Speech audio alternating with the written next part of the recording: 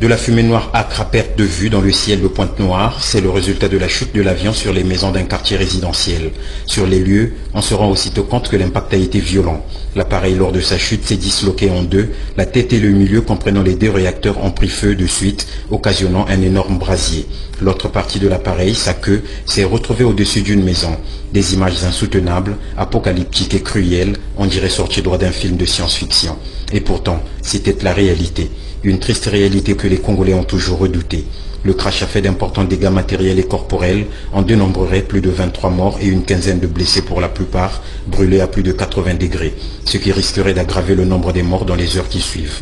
Tous ont été transportés à l'hôpital de Luandjili pour les uns et Adolphe Cissé pour d'autres, où des familles sont dans l'attente d'une probable information sur l'état de santé des leurs. Des familles abattues par la douleur, comme ici à l'hôpital Adolphe Cissé lorsque les gendarmes apportent une femme brûlée de la tête aux pieds. D'après les témoignages recueillis sur les lieux, ce cargo en provenance de Brazzaville n'a pu atterrir à cause d'une manœuvre sur l'unique piste de l'aéroport international Antonio Agostinho Neto de Pointe-Noire et aurait reçu pour ordre de manœuvrer de nouveau dans le ciel le temps que la piste soit dégagée. C'est en tentant cette deuxième approche que l'un des réacteurs aurait cessé de tourner, précipité l'avion dans le vide.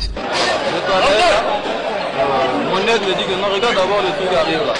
Au moment que je regardais, c'était l'avion qui venait en trois parties. Donc, une partie est tombée dans le chantier, ce que vous voyez là. L'avion est tombé sur la maison et l'autre partie est tombée dans la rue. Mon manœuvre était en train de se sacrifier, c'est-à-dire de sauter. Moi, comme il n'y avait plus le passage, c'était compris de rentrer dans le tonneau. La zone du sinistre a été circonscrite, le temps de rassembler les débris de l'appareil et nettoyer le terrain.